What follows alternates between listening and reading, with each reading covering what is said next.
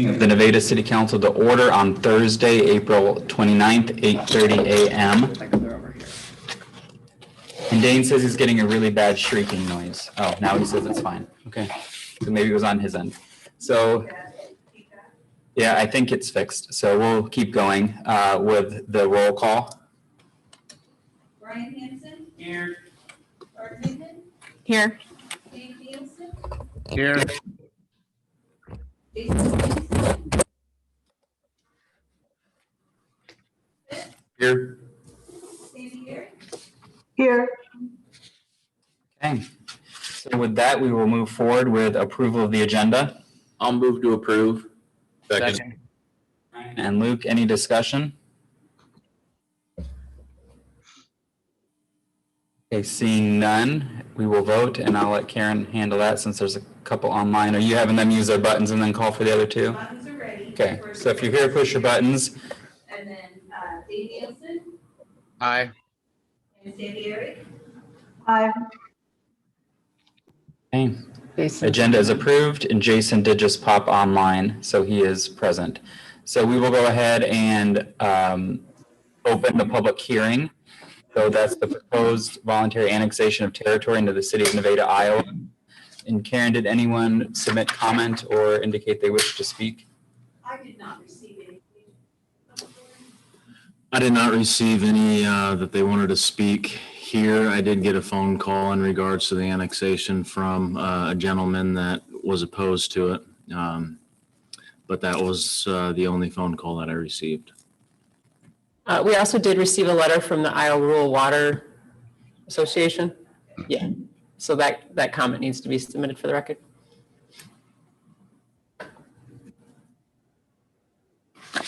And it doesn't look like we have any attendees on the Zoom, so there's nobody there and nobody here. So we will go ahead and close the public forum, move into resolution number 101, 2020-2021, a resolution approving annexation of territory into the city of Nevada, Iowa, Verbio Nevada LLC and Union Pacific right-of-way. Move to approve. Second. Okay, Brian and Dane, discussion? What were the disagreements? He didn't agree that we should be annexing in one company. And he thought that it was unfair to Key Co-op and Lincoln Way Energy. I have spoken with Key Co-op. They did not have an issue with it. And please correct me if I'm wrong, but I believe that we annexed specifically for Lincoln Way Energy in the beginning as well. So although I did appreciate his concern, his opinion, I felt that we already have done the same thing for that company, so I didn't think that it was anything that we really need to be concerned about.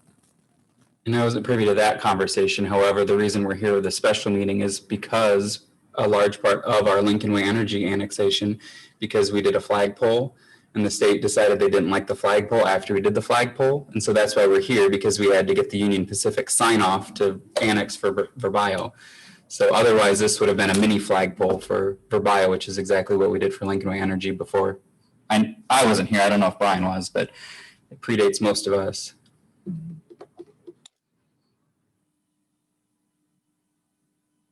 What was Rural Water's concern? They had no objection to the annexation. They just wanted to let them know that this is their service territory area. So they would be happy to provide the water services. Being the sole provider, if that's the way they worded it. Yeah.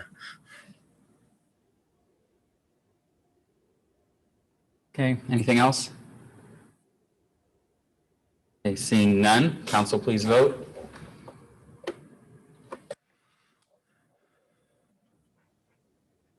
Got an aye for me if you can hear me. Aye for me as well. Aye for Eric. Okay, the resolution is approved. Takes us to the next one, which is resolution number 102, 2020-2021, a resolution and order regarding dangerous building, 536 4th Street. Just a follow-up from Monday evening.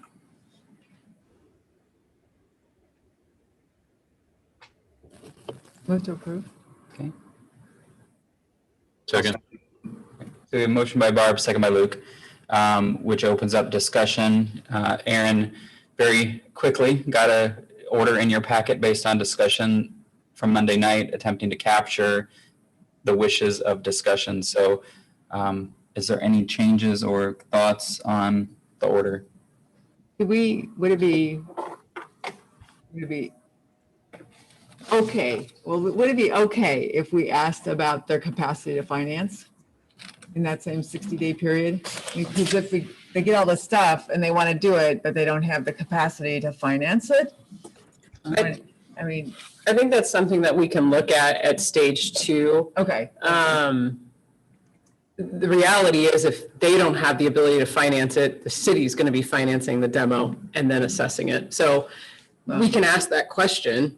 It just seems that he's put in some of what he's already reinvested was not on the original list of the things that Agreed. the person had suggested. So I'm not trying to manage his money for him. However, that's exactly what I was trying to avoid. Yeah, I think that's something that we can certainly ask when we reconvene on this issue. I think for now, the goal is to see how much is it going to cost?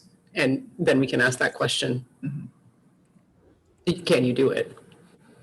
And should he complete this within 60 days and come with a plan, you'll have additional stipulations. So it may be you have to finish this in 8 months, 12 months, whatever you decide. And if it's not substantially completed for whatever reason, then he's not complying with the order. So probably regardless of financial or not. I mean, if he commits to do it and then doesn't, there's still the next order that will be binding. Correct. And I honestly think we're kind of really stepping over the line to ask him if he can afford it. That's not our business. Well, that's why. I was That's like asking. asking everybody in town, really, Jordan, can you afford that house before you buy it? I mean, he either just follows the rules and does what we say, or he doesn't. And if that's because he can't pay for it, so be it. Okay. I don't know that that's personally, I don't think that's our business to ask him. It'd be, like economic development asking everybody, do you got the money? No, pay me or don't, because we'll go somewhere else. But I know it's a little different, but you know what I mean? Yeah, I know. It's a little different. It's a little No, different. I just. Yeah. Because I think this kind of holds him accountable, what we're doing. So.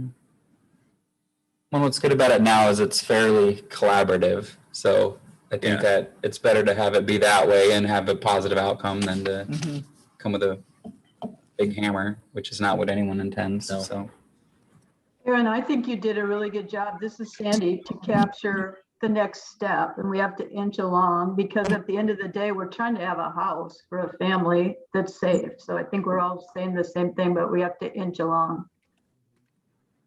and there likely will be more properties that are looked at. So having some sort of a process that we're all familiar with and works is because the end goal is to get these properties in compliance, not for us to take them over and knock them down ourselves. So the more we can work with the owners, the better. But Are there more that are close to this step of the process that we'll be hearing about soon?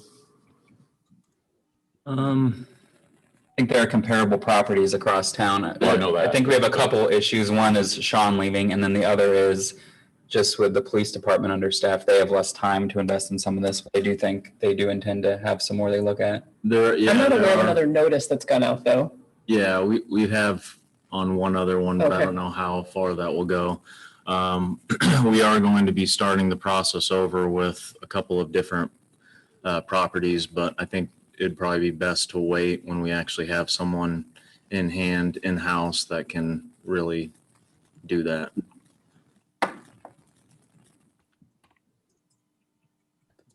Okay. Other discussions on the order? Okay, seeing none, council please vote. Aye. Aye. Okay. Takes us to item 6, appoint city administrator Jordan Cook as interim building official and authorize him to make reasonable arrangements for work to be performed. What's the prospective timeline? What was that? What's the prospective timeline compared to other positions we've been trying to fill? How long? would you expect it We've might already take? posted for this. We posted it internally and it's already posted externally as well. So the sooner the better. But what we have planned for right now is as soon as we can get this passed, what I'll do is contact Safe Building and I'll sign a contract with them so they can do all of the electrical, plumbing, the water heater, anything that actually needs certified technicians for. And they will be in charge of all of that stuff. And we're trying to work out either 1 or 2 days a week. That way they can just come up here on one day and do everything, because we do get charged miles for that. So when it comes to the concrete, stuff that we can actually do in-house, we have Dave Harrison, who was really good with concrete, owned a business. So he's been able to do that. Sean Ludwig has really been able to do a lot of the water stuff. So he's been doing a great job filling in for that as well.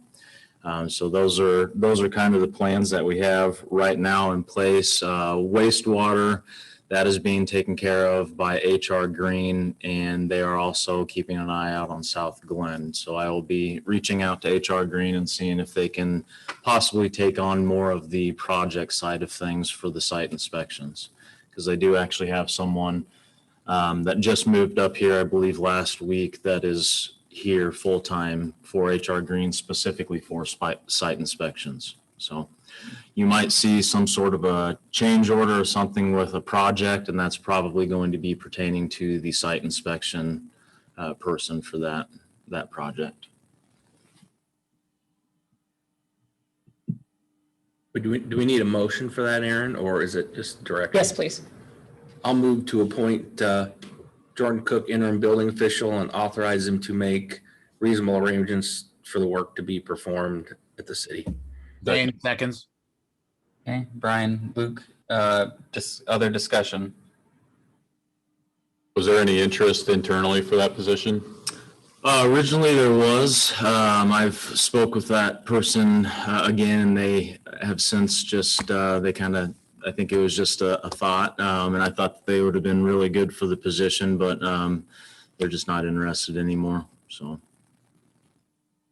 I was really hoping to recruit someone within, because it would have been nice to have someone that knows the area and kind of knows how our society is, how our community works. But We haven't done a lot of internal recruiting for stuff like that, seems, in my time anyway.